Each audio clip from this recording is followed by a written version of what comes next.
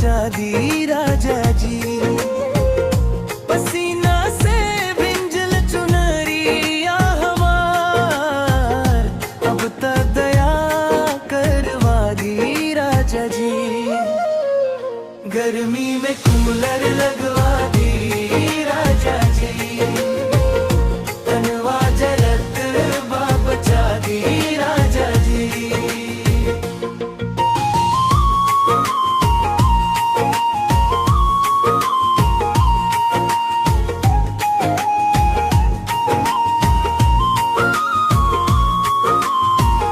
जेठ के दोपहरिया आग बरसावे, अंगना में लुआ लहरावे।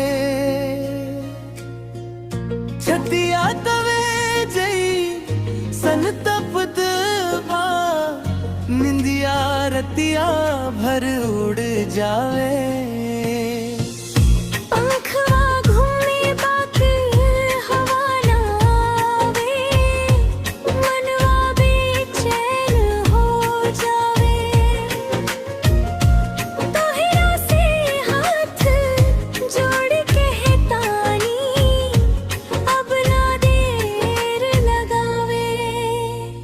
गर्मी में कूलर लगवा दी राजा जी, तनवा जरत बचा दी राजा जी। पसीना से भिंजल चुनरिया हमार, अब तक दया करवा दी राजा जी।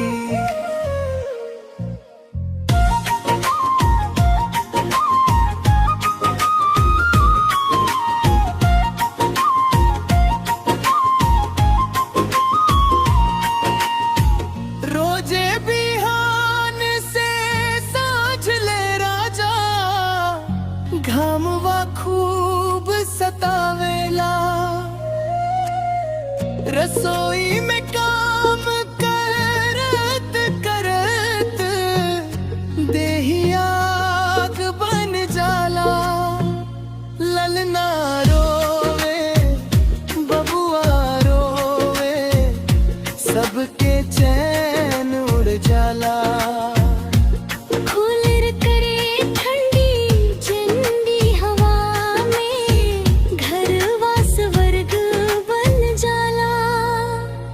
गर्मी में कूलर लगवा दी राजा जी, तनवा जरत बचा दी राजा जी। पसीना से भिंजल चुनरिया हमार, अब तक दया करवा दी राजा जी।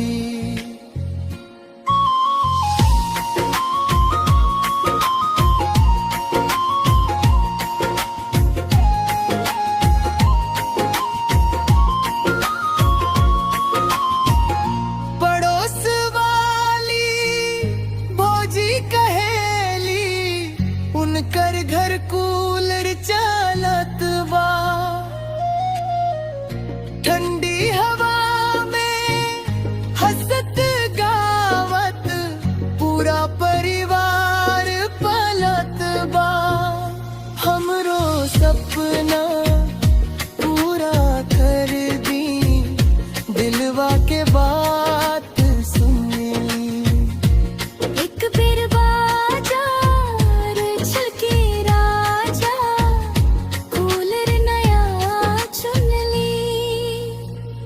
गर्मी में कूलर लगवा दी राजा जी, तनवा जरत बचा दी राजा जी। पसीना से भिंजल चुनरिया हमार, अब तक दया करवा दी राजा जी।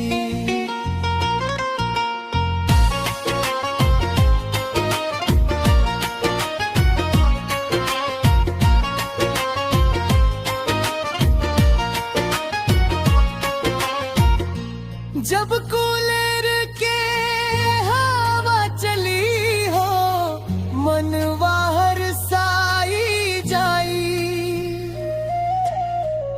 रौरा संगे बैठ के राजा